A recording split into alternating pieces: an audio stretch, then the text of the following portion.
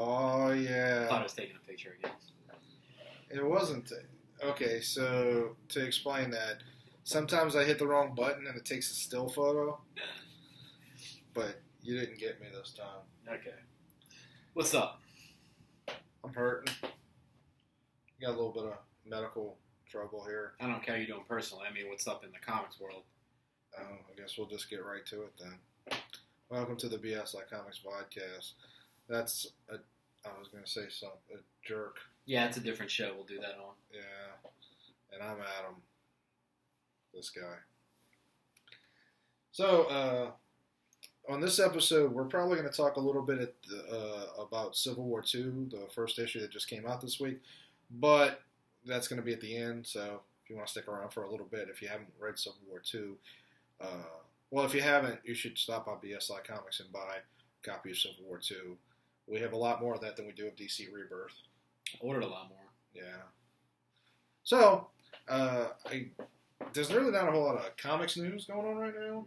Mm-hmm. There's a little bit of movie news. So, first of all, it's... Okay, now, this is a rumor, but it's one of those rumors that's kind of confirmed and kind of not.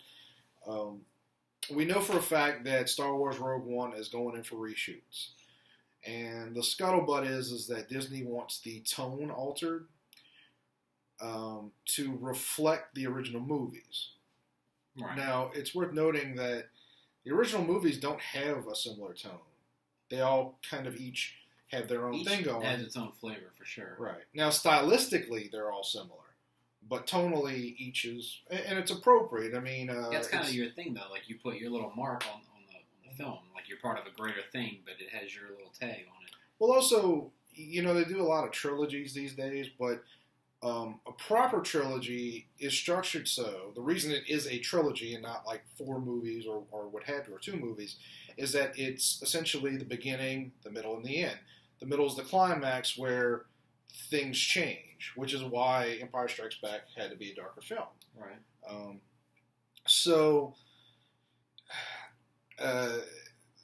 Now, the idea that they're doing reshoots, like, people tend to make a big deal about this whenever any big movie's coming out. It's usually other studios trying to torpedo it, like saying, see, they're in trouble. That Star Wars movie, it ain't going to make any money. People are going to hate it. But the fact is, all major movies have reshoots. Mm-hmm. Sometimes it is to alter big sections of a movie that's not working. Sometimes it's just something didn't come out quite right, you know, or whatever.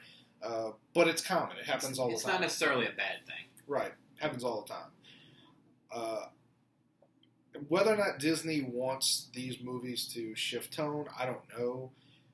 It's possible, but the thing is, Rogue One was always going to kind of be a dark movie. As far as we know, the characters from this movie, most of them should be dead by the end, if not all of them. You kind of know how it ends. Mm-hmm. You know. You know the ramifications of it. You don't necessarily know how it ends. It's not a happy tale. Mm-hmm. It may also be. It came out recently that Darth Vader will be in this movie. Probably not for long.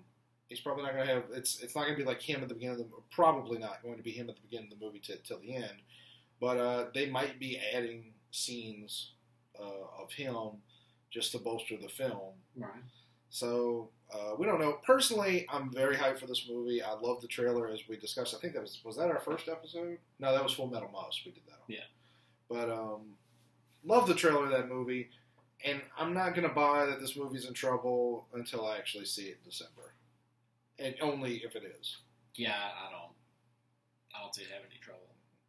And as we've discussed, this movie has the possibility of being much better than Force Awakens just because there's really not a whole lot of rules involved here. Like, they don't have to adhere to anything. They can just sort of do what they want. Right. And that excites me. If you're going to do more Star Wars movies, you know, I'm very interested in Episode 8 when that comes out next year. But, you know, like... hearing, like, okay, there's going to be a Han Solo movie. Okay.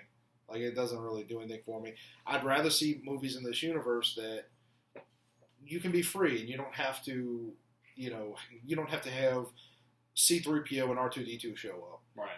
And I really hope they don't show up in this movie. They probably will. Yeah, it's distinct possibility they'll show up at the end, but I hope not. And this will actually be the first Star Wars movies that they don't show up in if they don't. Every other movie, every single one has had them. I'm okay with them showing up. Yeah. Other movie news. So there's a rumor. Well, I don't know if this is a rumor so much as just casting stuff.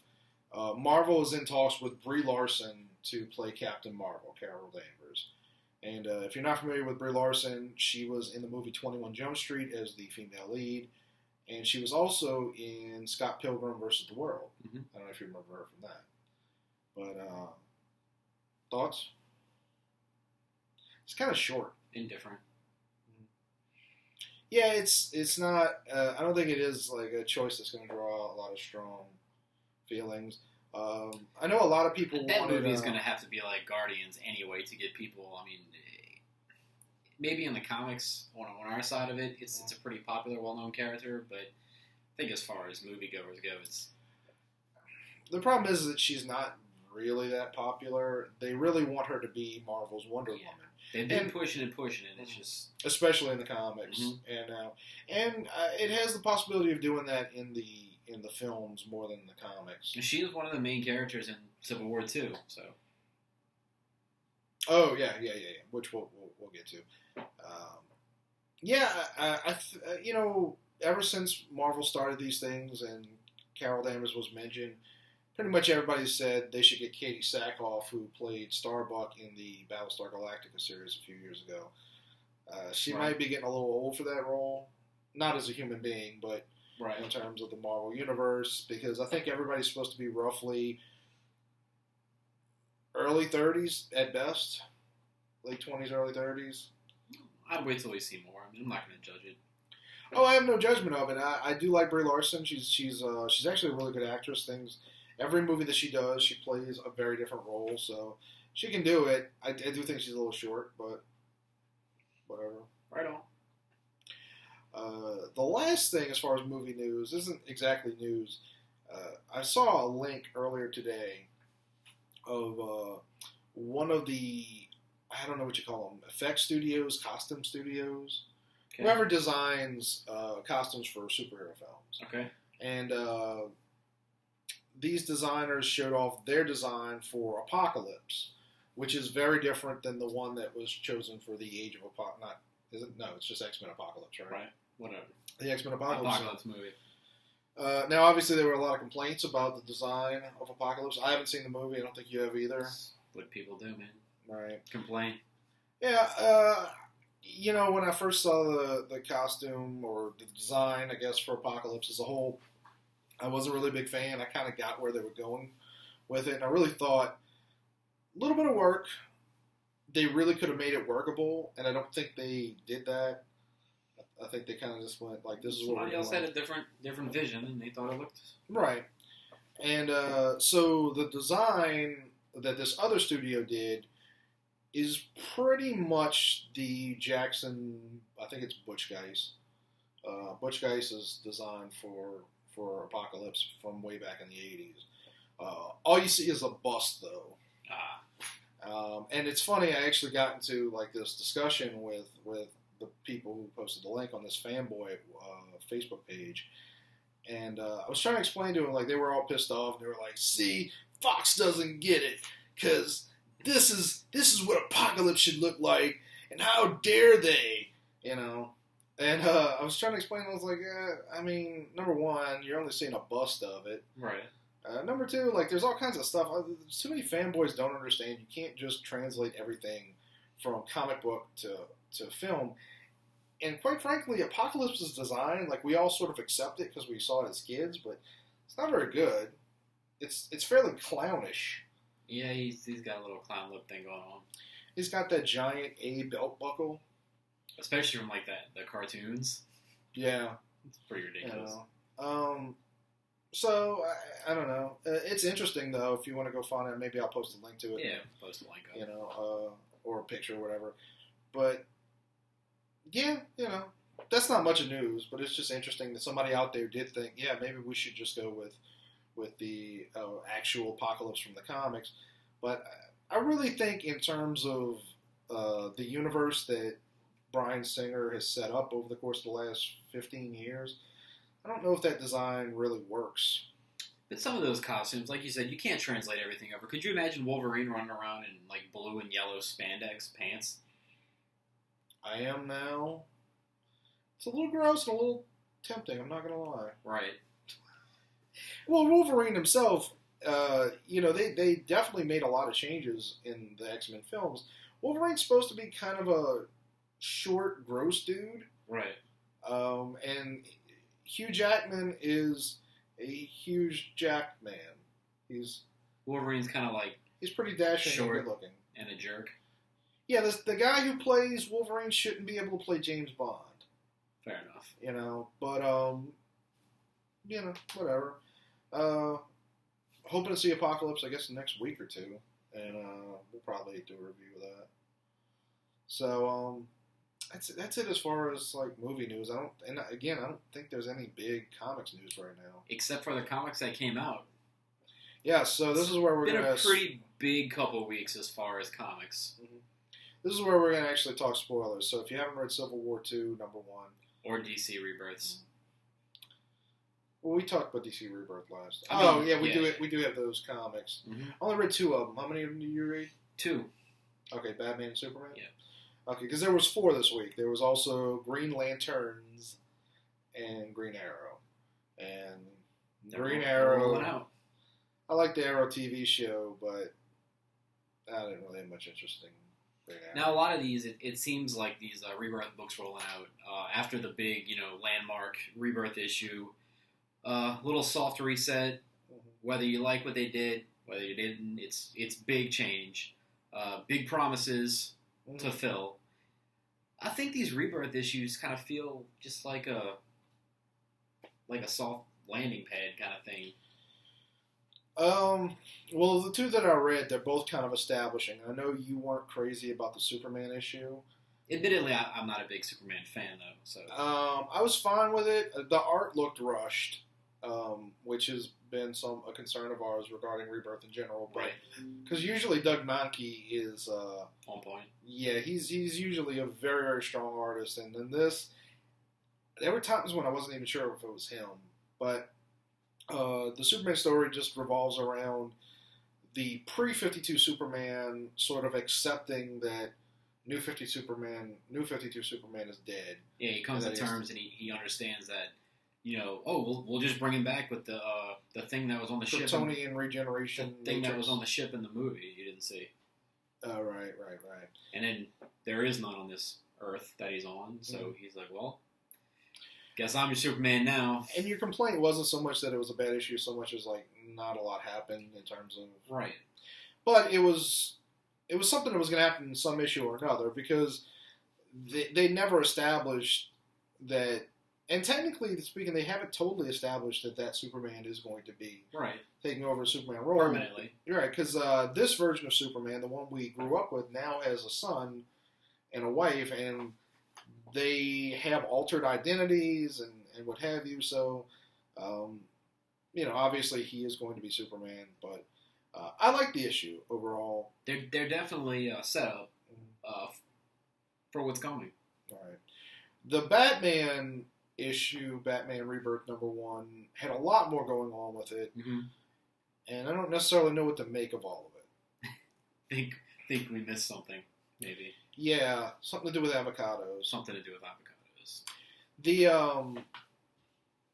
So you really like the Calendar Man stuff. I like Calendar Man. I've always said could be a really cool villain. I like some of these old hokey Batman villains. What was the one? The Crazy Quilt. And who shot the Spots? Somebody shot Spots. Was it Spot? I thought you were thinking of Mirror Master for a second. Not Mirror Master, no. He's just got these crazy old villains from back in the day, and I think with a little tweaking, they'd make really cool modern villains. Well, the Calendar Man design is specifically the one that Tim Sale did way back in Long Halloween. Right.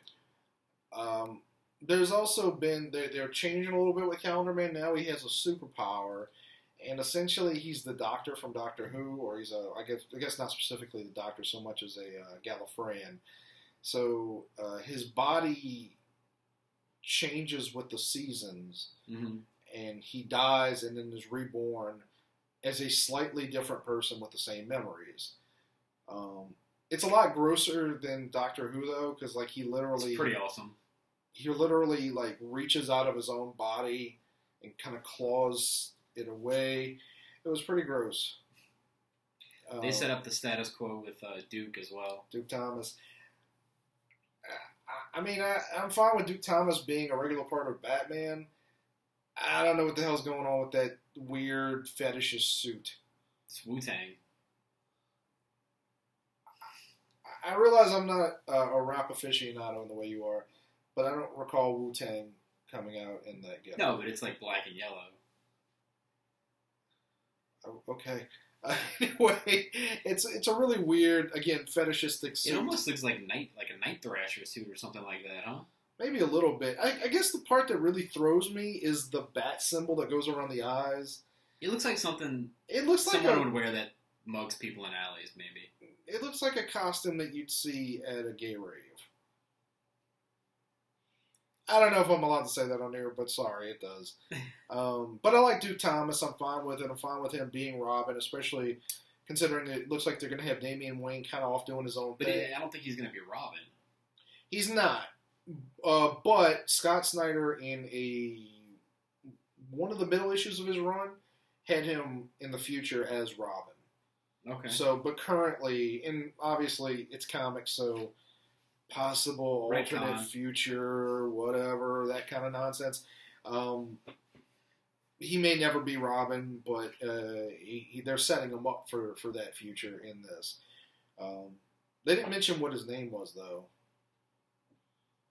So, I don't know. Hopefully it's not going to be Batboy. I think that's where they're going with it. Batland. Also, we were all kind of confused about Alfred's, like, avocado thing. It's something to do with the seeds, man. Like the bloom seeds. So, it's a lot hotter in Gotham than you might think. Oh yeah, that was weird too. Like it's 137 degrees without any wind in Gotham. Gotham's in North America, like in Illinois. It's not Kabul. Like it's not freaking what's dark Apocalypse. There's some really weird stuff. Batman's doing one-arm pull-ups off the side of the building, off the side of the helipad. Look, unless your name is Tom Cruise, and even then, if you do something like that, you're a douche. I read that and just went like, if I was Lucius Fox and this jackass was like hanging off, like, dude, look at me, I'm doing one-handed pull-ups on the side of the building. I think I would just like stamp on his feet or his hands. fingers. It would be difficult to stamp on his feet, but you know where I was going with that. Anyway, it was really weird and douchey. But as a whole, they're laying the groundwork for this new old. Yeah, there's a lot going on, but I'm not really sure where it's going. Like I don't feel like there was like a direction hinted at in it. Right. So this issue was co-written by Scott Snyder, which the regular Batman series will not be. It's just going to be Tom King. Just Tom King, who is now off of Vision. So that kind of sucks. But so I guess we should talk about Civil War II #1. So the other big book, Civil War II, #1. I just said that. That was weird. Like, I don't know if we just ignore It's been this kind of like, they're not really going at each other's throats, but there's clearly two giant books going on right now. Yeah, didn't you have a conversation with somebody where somebody was, or maybe it was on Bleeding Cool or something like that, somebody was saying that Marvel was trying to steal DC's thunder or something like that? Yeah. I don't think any of it was intentional. Maybe somebody, one group or another, pushed up their shipping schedule to sort of match, but I think Captain America was always planned to be Captain America when it was. I mean, they're pretty far ahead. Oh, right. That wasn't about Civil War. That was about Captain America coming in the same week. Right. Yeah.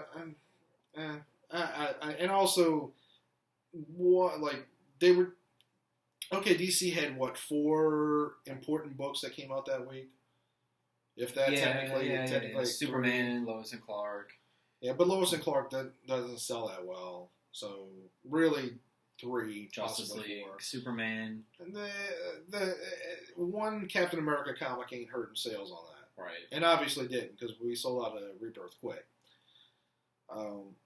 But yeah, so you want to give your thoughts on Civil War 2 number 1? I really enjoyed Civil War 2 number 1. It read much more cinematic. Like, it's definitely a more serious take. A lot less big explosions. It feels almost like they've kind of switched places, Marvel and DC. There's a lot less, big, pretty, shiny things. It's really meant for you to read and understand that decisions have consequences. Is what I got out of it. They lay down a problem, and this big entity is attacking, and they had a premonition that, hey, this thing's going to be attacking, so they stopped it, and everybody was celebrating, and hey, we knew it was going to happen, and we stopped it, it's great. And Tony Stark comes in, and he's like, but how did we know? And you come to find out it's this Inhuman that has this power to predict the future. So he says, all right, well, this is all great, but what happens when you predict something and it's not right, and we do the wrong thing? And everybody just kind of like, oh, you're overreacting, this is a good thing. It can't be bad, and it's bad. I don't know if it's bad. Something happens. They're gonna go stop. Again, this is spoilers. Like, what? I don't want to completely do everything. So, they know what happens. It came out in the free comic book day issue. Well, that's what happens, but you don't know this is how they got to this point. So in the free comic book day issue, Thanos pretty much destroys War Machine. And, kills War Machine and almost kills She-Hulk, mortally, but then she dies. Mortally wounds She-Hulk, right? All right. So Captain Marvel is taking a team to go stop him because they've got a premonition from this character Ulysses that Thanos is going to be at this point. They're going to get the upper hand on him. So they go to jump Thanos in Thanos' home turf, and he just destroys them. And Tony Stark is pretty upset about this, and it's kind of what starts the clash between Captain Marvel and Tony Stark. Right. The only thing I'm not sure on is when the book ends, Tony Stark is going out to seek out Ulysses, but it almost seems like he's got this murderous plot to kill him. I don't really see Tony Stark as a murderer. I mean, there was that, Avengers, the Time Gate or whatever, where it turned out to be evil. Okay. Comics. So all in all, it read really well for me. It was just, it's a reader, if that makes any sense to you. It's not a... Well, it's a book. Right. It was a book, and you're going to have to read it. And there's a lot of words. Yes, there are words. I like most of the issue.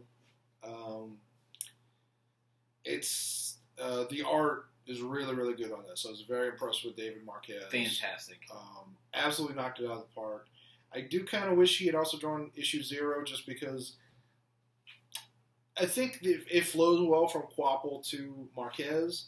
But even so, don't start a book off with Olivier Quapple, who's established and well-known, and really destroyed the issue 0. It was amazing. That's Ace the Bat Hound screaming in the background right now. So we got to end this soon. But we got an employee meeting. Anyway, art was really good. It suffers from the same problem to me as the first Civil War, which is that I just don't buy the reason why they're fighting. You just can't get behind right. So the idea that Tony blames Carol for Rhodey dying, but if they hadn't gone there, Thanos would have, I don't know, had something. I guess maybe not, because he was just doing Thanos stuff. And he would have killed other people, though. He was doing Thanos stuff in Thanos parts of the galaxy. Right. We didn't have any business going Rhodey wouldn't have gone in, but someone else would have gone in and died. I just don't buy that someone that smart, even emotionally, would just blame Carol for it. And I guess I can push past that, but the problem is that knowing that Tony's so wrong in this, it's hard to... You think Tony's wrong? Shut up. No, I'm serious. Why do you think Tony's wrong? Because like someone who with an accurate ability to predict the future and stop major disasters that saves lives. Why is that a bad thing? Because how do you know his ability is to predict this? How do you know it's accurate? It's been right every time that Only they've used it. Once. Twice. He was right about Thanos too. He was right about Thanos was where he was going to be. They just ambushed Thanos. He didn't actually do anything. They just took it upon themselves to. Okay, yeah, and I know there's that little line about what if it predicts one of us is going to do things? What are we going to do? Right. Fair enough, but it doesn't excuse like stopping major world-ending disasters. But that's what they do anyway. And also, like the writer knows that that's not a good enough excuse, which is why he has to have Rhodey die. To give And Tony She-Hulk. an impetus. Tony and She-Hulk. Rhodey See, and my whole thing is, like, I understand Tony's wrong in that instance, but Captain Marvel is 100% wrong for. I'm not just screwing with me. No, I'm not. You're absolutely screwing with me. 100% wrong for attacking Thanos just for no reason. Thanos has literally destroyed the universe on more than one occasion. I understand that, but they're just like, hey, man, Thanos is going to be coming out of Walmart tonight. You know, we should go jump Thanos when he comes out of Walmart. And by the way, I'm pretty sure Thanos killed somebody before he killed Rhodey and She-Hulk. You're screwing with. There's no way you can think, well, Thanos was innocent. No, Thanos was not innocent, but he wasn't in the midst of... So your point is that they should have, like, Thanos deserves due process. They should have waited for him to destroy a city before they went after him. But Thanos was out doing Thanos stuff. He wasn't invading. Thanos stuff is killing people. Sometimes. Literally. No, all the time. That is what Thanos does, is kill people. Him and Death were out hanging out. First of all, Death isn't that into him. She would be if she could just look past. You're such an ass. Tony, I can't root for Tony. Like, there's no ambiguity here. Tony's behaving like a jackass for something that he... Oh, and by the way, I know you're supposed to ignore stuff like this, but there was a series called ForceWorks where Tony invented a computer that was supposed to predict disasters before they happened so that the Avengers could be proactive. Don't they make some kind of reference to that? Where, like, I've dabbled with this before, it didn't work? I don't know if that's what he was going for. Yeah. Maybe it was. But he was all about it, even though he's like, I respect the future and blah, blah, blah. They talk about him being a futurist, but this is definitely... Also, I'm kind of sick of every time, like they do in the movies too, quit referring to him as a futurist. First of all, it's not a thing. It's not. When you see some jackass on the internet like, I'm a futurist, you're a douche. You're a guy who doesn't have a real job. If you were that smart, you'd be inventing stuff. Go be Elon Musk. Don't be some jackass futurist. Anyway, you should definitely read this for yourself and see what side you end up on. You'll end up on Captain Marvel's side because Tony's a douche. But the only real, I guess... I said the word douche a lot. Yeah. The only real, I guess, problem I have with it is, you know, towards the end, whatever happens, happens. You know, She-Hulk dies, and Tony says, yo, this is on you. And she goes, I know, I'm sorry. It's kind of the end of the... No, because something else is going to happen in the next issue, and they're going to heavily hinting that someone is going to die in issue 3. My only other real issue with this, and this is in a way even more problematic to me. So we got the Free Comic Book Day issue, a month ago now? Right. Roughly about a month. Today's June 2nd. The events of the Free Comic Book Day issue take place 2/3 of the way into issue 1. Right. So, and we just got issue 0 2 weeks ago. Mm-hmm. Like, they do a fair job so that you don't technically have to have the Free Comic Book Day issue. It's just kind of a weird... Up. It's a weird... And also, by the way, Jim Cheung drew the Free Comic Book Day issue, right. So now, within the span of 3 issues, which basically take place within a couple of days of each other, you have 3 different artists, and they're all great artists, and Jim Cheung did a great job, but that's not... like you said, the events of issue 0 probably should have been condensed and put in the Free Comic Book Day issue. Right. And issue 1 should have...